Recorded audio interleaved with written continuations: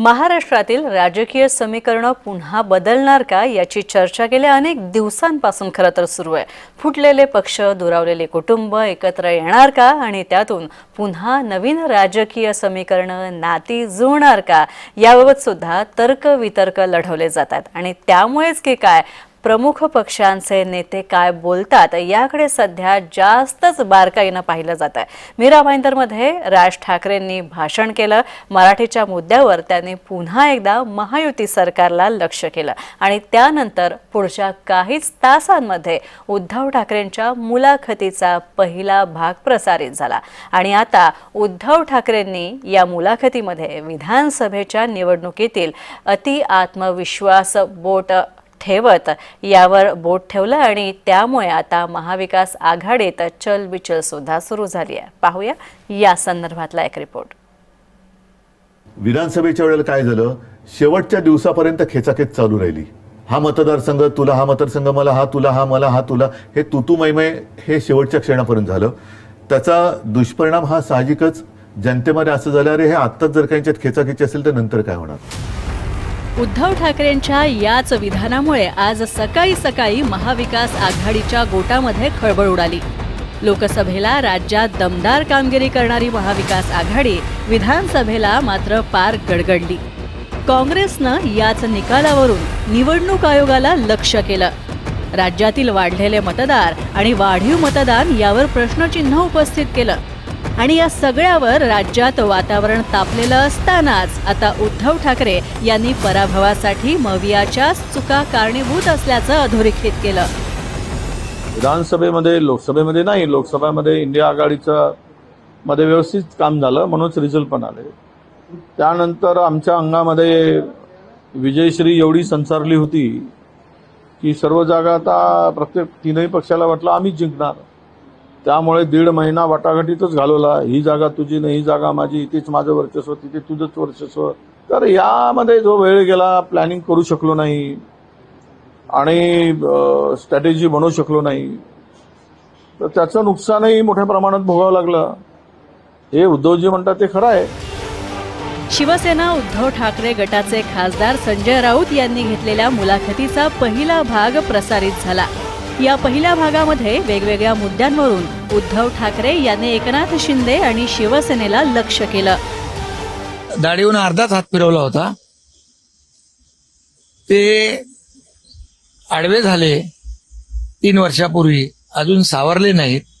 आता कुणाचा तरी हात पकडून उठण्याचा प्रयत्न करतायत। मी फक्त अर्ध्या दाढीवरून हात फिरवला, तेवढी राहिलं नशीब समजा। पूर्ण दाढीवरून हात फिरवला तर काय होईल, कोणा त्यांचं असं ते म्हणतात। म्हणजे आपल्याला आव्हान आहे त्यांचं, जाऊ दे। आणि बघा, अर्धा दाढीत इतकी ताकद कोणी निर्माण केली आहे? नाही, मुळामध्ये आता त्यांनी जास्त बोलू नये, त्यांनी लोक त्यांची बिनपाण्याने करतील, राहिल्या अर्धी ती पण काढतील। निवडणूक आयोगानं कोणत्याही दगडाला शेंदूर फासून शिवसेना हे नाव देऊ नये असं म्हणत उद्धव ठाकरे यांनी शिवसेनेला चांगलाच टोला लगावला। उद्धव ठाकरेंनी याच मुलाखतीमध्ये ठाकरे ब्रँडवरून सुद्धा वक्तव्य केलं। त्यावरच नितेश राणे यांनी निशाणा साधलाय। ठाकरे म्हणजे महाराष्ट्राची आणि मराठी माणसाची आणि अर्थातच हिंदू अस्मितेची ओळख आहे।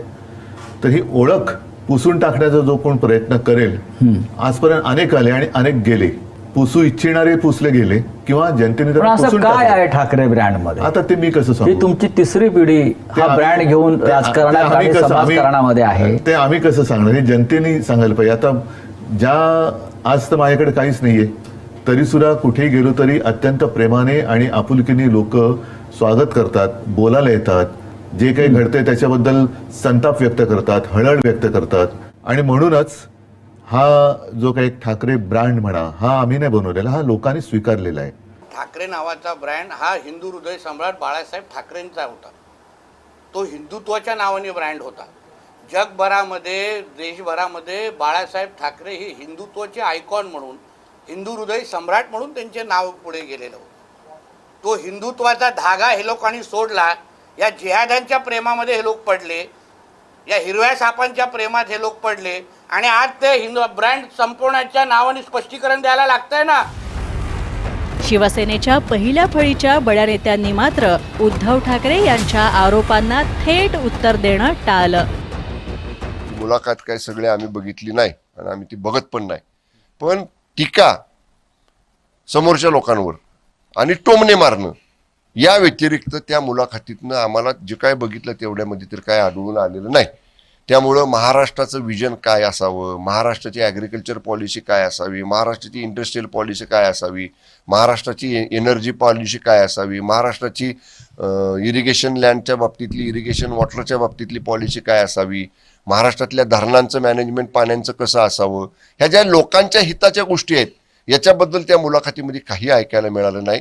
टीका टीका आणि टीका, टोमणे आणि टोमणे याच्या व्यतिरिक्त दुसरं काही नाही.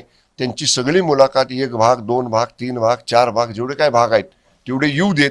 आमच्या पक्षाकडनं आम्ही त्याला विस्तृत उत्तर त्यांची सगळी मुलाखत आल्यावर देऊ. उबाठांनी आजच्या सामनाच्या लुटूपुटूच्या मुलाखतीमध्ये आपल्या आडनावाबद्दल बरीच बालिश बडबड केली. उबाठा, अहो माणसाचं आडनाव नाही, त्याचं कर्तृत्व ब्रँडेड असावं लागतं. आणि आज पुन्हा पुन्हा आडनावाच्या ब्रँड बद्दल बोलून तुम्ही सिद्ध केलं की तुमच्याकडे फक्त ठाकरे हे आडनाव आहे, तुमच्याकडे कर्तृत्व नाही, दातृत्व नाही, वक्तृत्व नाही आणि नेतृत्व तर मुळीच नाही. शुक्रवारी मीरा भाईंदरमध्ये झालेल्या सभेत राज ठाकरे यांनी उद्धव ठाकरेंबाबत काहीही वक्तव्य केलं नाही. उद्धव ठाकरे यांच्या मुलाखतीमध्ये मात्र राज ठाकरे हे आपल्या सोबतच असल्याचा पुनरुच्चार उद्धव ठाकरे यांनी केलाय. आज तुमच्या मनामध्ये काय भावना आहेत, जी महाराष्ट्रात किंवा देशात जे तुम्ही पाहताय, मी तुमच्या मनातली बात काय आहे? ठाकरे हे वारे नाही आहेत. आमची पाळं मुळं ही गेल्या कित्येक पिढ्यांपासून महाराष्ट्राच्या मातीमध्ये रुजलेली आहेत, खोलवर गेलेली आहेत. अगदी जास्त पिढ्यांचा उल्लेख नाही केला तरी माझ्या आजोबांपासून त्यांच्यानंतर शिवसेना प्रमुख मी आहे, आदित्य आहे, आता सोबत राज आलेला आहे. सदा सर्वदा ठाकरे म्हणजे एक संघर्ष, आणि हा संघर्ष मतलबी वाऱ्यांसाठी नाही तर समाजाच्या हितासाठी आम्ही करत आलो. राज ठाकरे आणि उद्धव ठाकरे एकत्र आले तर महाविकास आघाडीमध्ये आणखी एका भिडूची भर पडणार की महाविकास आघाडीची आत्ताची घडी विस्कटणार, हाच ठाकरे बंधूंच्या एकत्र येण्याच्या चर्चेतील कळीचा मुद्दा आहे.